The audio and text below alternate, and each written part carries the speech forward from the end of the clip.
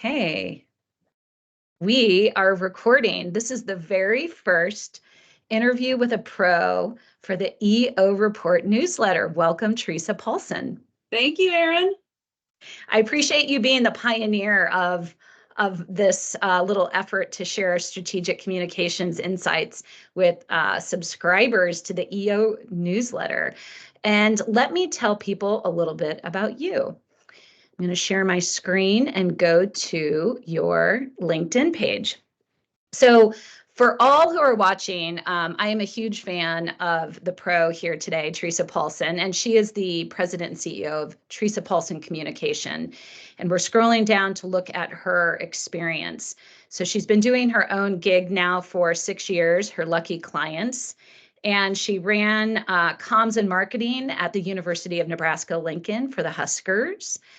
And probably most important to the conversation we're going to have today about Kellogg's and a comment the CEO made is her leadership at ConAgra Foods, where she served as Vice President of Communication and External Relations. And at the time, ConAgra was headquartered in Omaha, Nebraska, and has since moved their headquarters to Chicago, but still has some activity here in the Omaha area. So Teresa, did I miss anything about your No, that all sounds good. That sounds good. Thanks for the nice intro. I appreciate it. Absolutely. So the topic today, just this past Monday morning, the EO report did a clarity rating scale on Kellogg's. And let me just brief everybody on what happened. And then we'll talk about where Teresa and I have interesting differing opinions. So on the hot seat, Kellogg's CEO, Gary Pilnick, he was on CNBC with host Carl Quintanilla, where he said that the cereal category has always been quite affordable, and it tends to be a great destination when customers are under pressure, which to me is legalese for when they're not making enough money to make ends meet and they're struggling to buy food. Carl asked the CEO if his comments would land the wrong way with consumers. Pilnick doubled down, saying, in fact, it's landing really well right now. And as the EO report goes into, there was all sorts of feedback on social media where that sounded like let them eat cake, the famous Marie Antoinette phrase.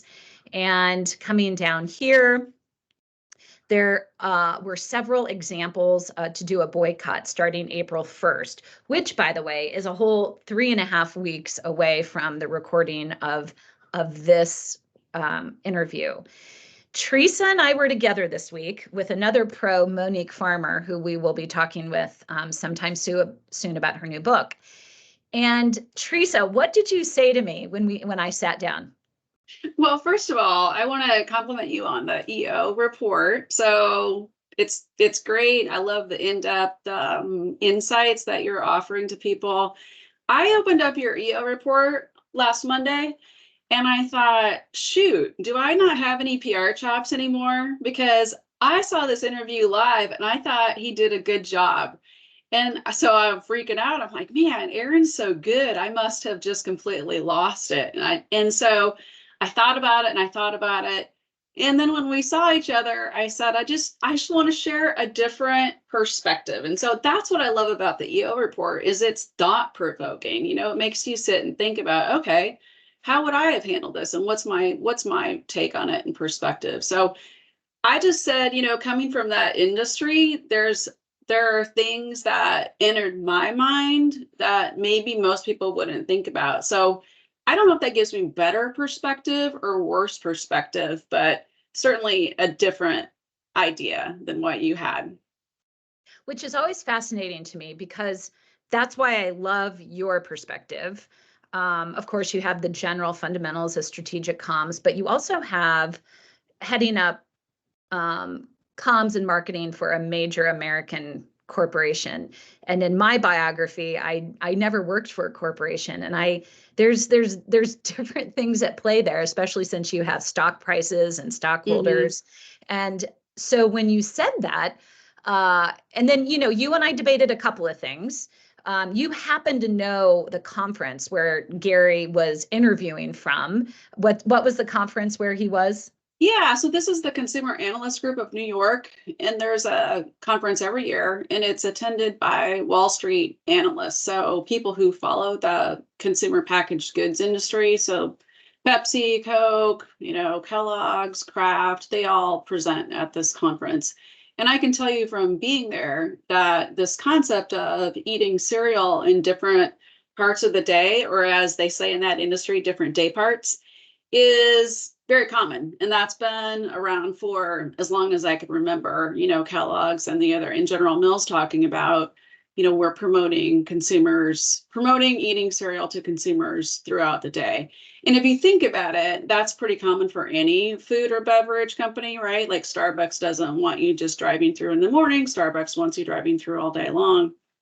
And so that concept of eating cereal throughout the day was very familiar to me. And I've, certainly done it myself, had a nice bowl of Cheerios for dinner. So it didn't strike me as odd or strange. And so I think maybe the lesson here for me and for others is just pay attention to changing dynamics, right? I mean, consumer feelings may be different now than they were 5 years ago or even 5 months ago. So having that sensitivity, I think, is obviously critical. And then the other thing that, and this isn't new, but I think it's even more prevalent right now and will continue to be so. And that is, if you think you're talking to Wall Street analysts, sure, you are. And you have to make sure that your messages resonate and land with that audience. But anybody else can see and hear and react to your messaging. So making sure to look at it from all sides with the sensitivity that it needs is, I think, where communicators can really add even more value. Okay, so here's the part that I'm really excited to get into. So Gary does CNBC. I'm sure he thought it went fine, even after Carl Quintanilla flagged for him. It may not. I'm sure he and his team thought it went fine. Let's just assume that. And then from our understanding, so Todd Murphy at TrueScope did some analytics for me that I posted on my LinkedIn account. And it showed that there was a spike. About 8 million people were engaging with 2 stories, one from USA Today and one from the New York Post. And from there, all sorts of different things were happening on social media, including the proposed boycott. And it seemed to be catching on. And there's posters and all sorts of kind of things. So let's say you're head of comms at Kellogg. And I know they recently went through and divided their company, I think, into 2 different or 3 different companies, which may be adding to the confusion of this because their social media channels seem to have, one has 1,000 followers and another has 16,000. Anyway, there's more to the story with them splitting. But let's say you're called into Gary's office and someone says, all right, looks like that isn't landing exactly how we wanted. What do you think, Teresa? Should we stay strategically silent? Should we release a statement? Should we do an interview? How would you prepare and think through coming up with a strategy to answer that question? Yeah, good question. Well, first I should say I don't have any association with Kellogg's, and so I don't have any background information. Don't really, and I've been out of that industry for a while. So I think what I'm going to say it will be relevant, but I don't have any special information. I like to stay very data focused with that, right? So it's really easy to react to an anecdote, and usually that doesn't go well. And so I would say, let's look at the data. If we can get it over the past couple of years, and as you mentioned, this is kind of a spin-off situation of it, or breaking it of a company into 2 parts. If WK Kellogg can get their social media analytics for over the past couple of years and look at those times when they have had spikes, what does this spike look like relative to the past couple of years? And how fast is it dying down, or is it dying down? And so I think that, having access to data is really critically important. The other piece of data that I know that food companies like this do have is they have daily sales reports. So, you can look at the individual package cereal brands under their portfolio, Kashi, Rice Krispies, Cheerios, whatever. Actually, is Rice Krispies one of their brands? I can't even remember. And see if those daily sales numbers are coming down, or are they coming up? What's the situation? And of course, there are lots of contributing factors to daily sales. So what's the trend line looking like? I would just encourage people to be super data focused if you are a big company like that and you can have access to that data. And so let's say sales were fine.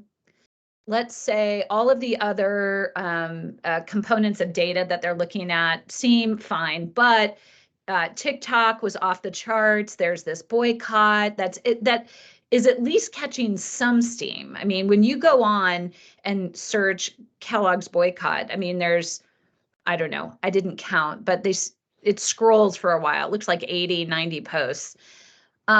Would you ever proactively put out an empathetic statement just to Maybe. try and show some heart?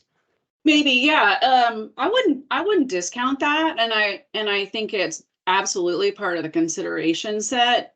I think that you have to look at a lot of different factors in this particular situation, because remember, Kellogg's isn't necessarily a consumer-facing brand. That is Kashi and Frosted Flakes and their other brands. So if you're a consumer in the grocery aisle, you would need to make a concerted effort to boycott Kellogg's. And some of their brands, like Kashi, I don't even think say Kellogg's on the front of the label. So I know this gets it sounds like I'm making up excuses for them, but I'm really not. I'm just pointing out that it's a fairly complex situation with a company like that. It's a house of brands, and so you've got all of those different brand considerations.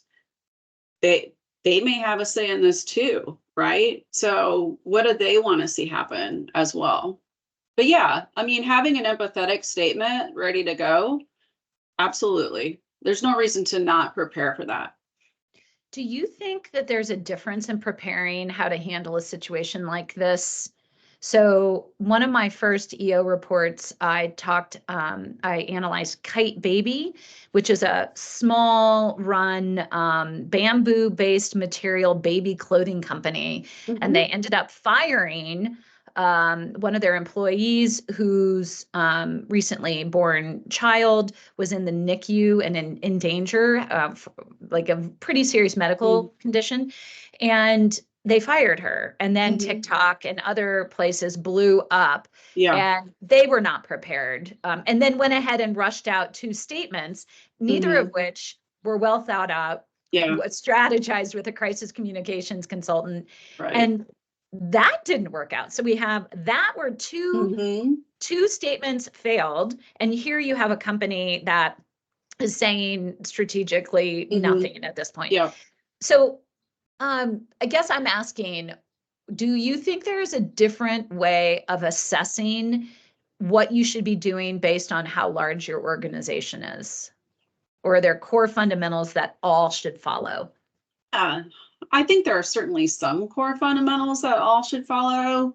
When somebody's hurt, when damage has been done, those are the situations where it's pretty standard crisis communication playbook stuff. You've got to get out in front of it. You got to make sure that you take responsibility for your actions, appropriate responsibility for your actions, be visible about those things. I think in the 2 situations that we're talking about, if you're Kellogg's, you have a legacy, right? You've got over 100 years of consumer familiarity. People know who that company is. They probably have an opinion about that company. The small company that you were talking about, most people probably had never heard of. So that's kind of, that's an arrow to the heart for a tiny company like that. They could just fall because of that one social media incident. So it's just comparing apples and oranges. So I don't think that there's an answer that applies to both. To both. Okay. Well, Teresa Paulsen, thank you for coming by the EO Report newsletter video series that you are kicking off. And I hope you are a regular here on. I will be, as long as there's no backlash against the things that I said. Yeah, well, we'll start trending. What are Erin and Teresa saying? Can All you right. believe they said that? All right. Well, have a good Thanks, rest of Erin. your day. Thanks for your All right. time. Bye.